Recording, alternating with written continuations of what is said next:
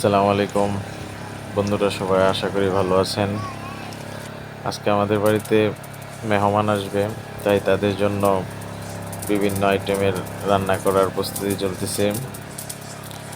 তো আজকে মেহমানদের জন্য রান্না করব ডিম। দই আগে থেকে বানিয়ে রেখেছিলাম, সেটা আলাদা একটা ভিডিও আছে, আপনাদেরকে অবশ্যই দেব। মহিষের গোস্ত, মিষ্টি রোস্ট, আর হচ্ছে ডাউল। ভিডিওটা অনেক লং হবে, তাই সব আইটেম দেখানো সম্ভব হচ্ছে না।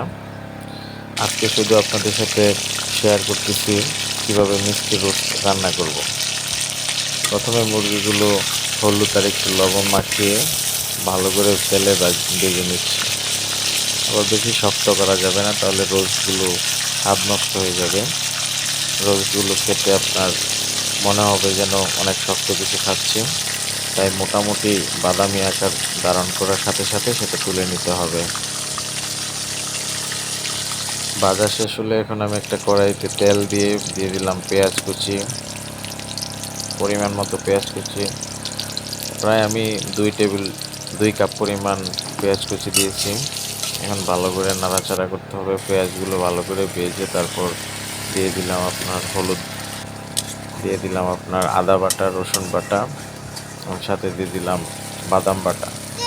একটু দই দিয়ে দিলাম। দই মিষ্টি দইও দিতে পারেন আপনারা, টক দইও দিতে পারেন, তবে টক দই দিলে স্বাদটা অন্যরকম হয়। এখন দিয়ে দিচ্ছি বিরিয়ানি রোস্ট মশলা। এটা দিলে আলাদা একটা ফ্লেভার আসে, প্লাস হচ্ছে একটা কালার আসে অনেক সুন্দর। ভেজে রাখা মুরগিগুলো এখন এক এক করে দিয়ে দিচ্ছি। দেখুন মাশাল্লাহ কি সুন্দর, মানে বিয়েবাড়ির অনুষ্ঠানের মতো রান্না করে ফেললাম রোস্ট, মিষ্টি রোস্ট। আর খেতেও খুব দারুণ হয়েছিল।